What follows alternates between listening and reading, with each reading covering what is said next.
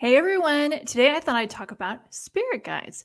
I'm an intuitive reader that connects with clients' spirit guides to deliver information. And I thought today I would answer some of the most common questions that I get. So, the number one question that everybody always asks is, what's their guide's name? I can tell you that usually they don't give me a name, or sometimes I will get something like, they'll say something like, you couldn't pronounce it, like your human vocal cords can't make those sounds. Or they will say, it just doesn't matter. Or occasionally they'll actually give me a name, but it's something that's obviously not them. It's like Bob or Bill, or you can call me John, or some name that just, come on, that doesn't sound very spirit guide like. But I do often get with them that the names just aren't that important. The only time I've ever really reliably gotten a name is actually when I was in a channeling class once, and our teacher actually had us use a Ouija board to get him to spell the name out, which I thought was really helpful, but I've never actually tried it outside of class. So there you go. If you really need a name, maybe try that. They will often communicate in odd little ways. So they will let you know that they're around. You may see flashes of light in the corner of the eye. You may hear little sounds. Sometimes it's like a whistle or something. Usually they will just give you messages kind of in your mind. You'll actually hear them talking to you.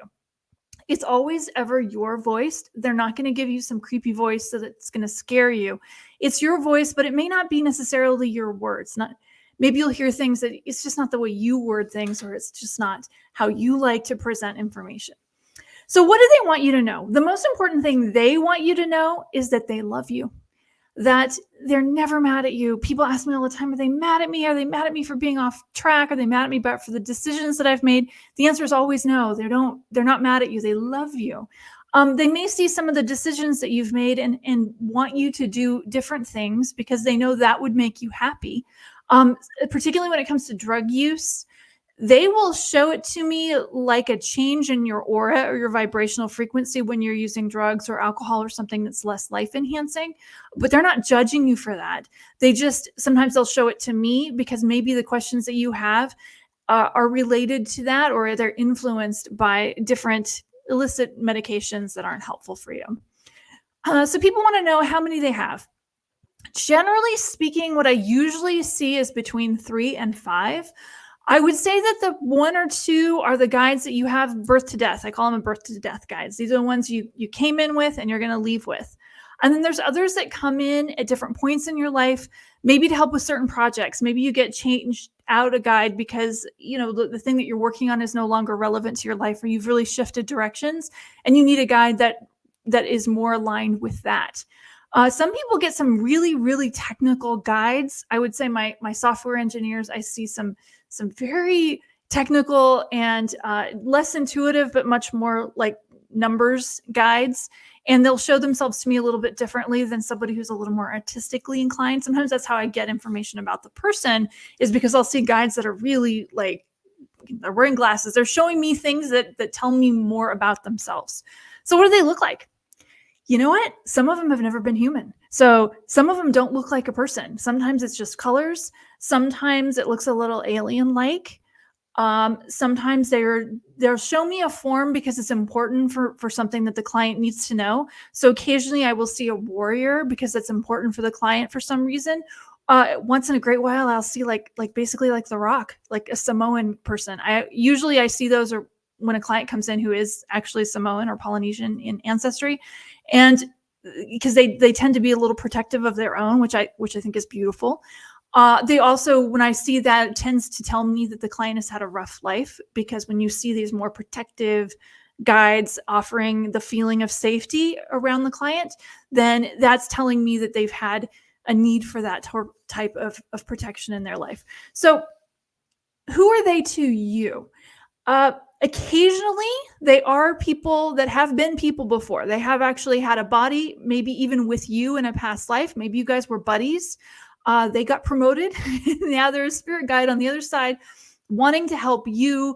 Maybe you had a particularly difficult mission in life, so you've got a guide that is one of your good friends helping you out. They're on the other side, you're on this side. They do look at our lives and see that our life is harder than theirs is. Being in a body is very difficult. I mean, we have pain, we have suffering, we have emotions that they don't have. We have experiences that some of them may never have ever had if they've never had a body. Some of them are interplanetary beings. We can call them aliens. They're not from around here. So sometimes when you're getting information or guidance, it can be about technology that isn't in the Earth plane yet. That's when I see these more technical guides. Sometimes they're a little harder for me to connect to because I don't have as much relating to them. I'm not really like that, so I don't. It's a little harder even for me to relate to them. But their energy is always a little different. The people ask me, "Is my guide my grandma?" No, not usually. Yeah. To which I am always impressed that you would think that your guide is your grandma, which tells me that somebody's grandma was much more enlightened than mine. I am very impressed. But most of the time, grannies, relatives that have passed, they can offer guidance, but they're not usually a spirit guide. A spirit guide is usually a higher level being, maybe than your relative was, unless you had a relative that was a higher level being, in which case I'm super impressed. But that's not usually the case. Animal beings do offer guidance. They will come in a lot of times we're reading and they'll give messages that are usually different than the spirit guides will give. It's a little bit more about love, and they're usually much more practical. They're much more like they need to play more. They need to get out in nature more. A lot of times spirit animals have those kinds of loving, sweet, playful messages, and your guides will tend to be a little more specific about some of your missions. So another thing that's difficult is people want to know what their future is, or how can the guide tell them about their future. I want to tell you something. Guides on the other side, time is calculated differently than it is here. Basically, everything's happening all at once for them. So when I'm getting timelines, when is something going to happen? It is rough. That's a lot of times why a lot of psychics have trouble with the timelines, because, if you're getting spirit guide information, they just don't see it the way we do. I will usually ask them, what else is going on? So if I'm seeing snow on the ground, if I'm seeing, the geese are migrating, okay, if I'm seeing things going on in the environment that tells me a timeline, that will help give some idea when something's going to happen. But a person can also make a different decision. So if there's something that I'm predicting or that the guides are predicting, and the person has decided to move to a different state and that wasn't in the radar before, then you can change the direction of the things that are intended for you. So nothing's written in stone, okay? So how do they connect to us? They love to give information in some very unusual and playful ways. I have been told many times that they like to mess with your radio. I've been told, particularly Sirius XM, I guess it's easier for them to change the channel. I don't know why, but they can give you messages that way. They will also tell the person ahead of you in line at the Starbucks something that you need to know. So if you have a question, just ask out loud. You'll be surprised how many different and creative ways that information can come back to you. Somebody talking about it randomly. You may hear a radio station talking about it. You may just be in line somewhere and see an article pop up on your phone with the very information that you were asking. Guides have a little fun with that. They like to play. They will give you lots and lots of information. Do they show up in your house in a physical form so you can see? Not usually. Occasionally when people are talking about things that they're seeing in their house, I would say that's maybe a ghost. But they usually don't appear even to me that way. But they will show up a lot in creative ways and give information that's generally pretty loving. The other thing I will say too is that spirit guide information is usually not an essay unless you're writing a book with them. If you're writing a book with them, they will give you a lot more. But usually guide information is usually just a few words.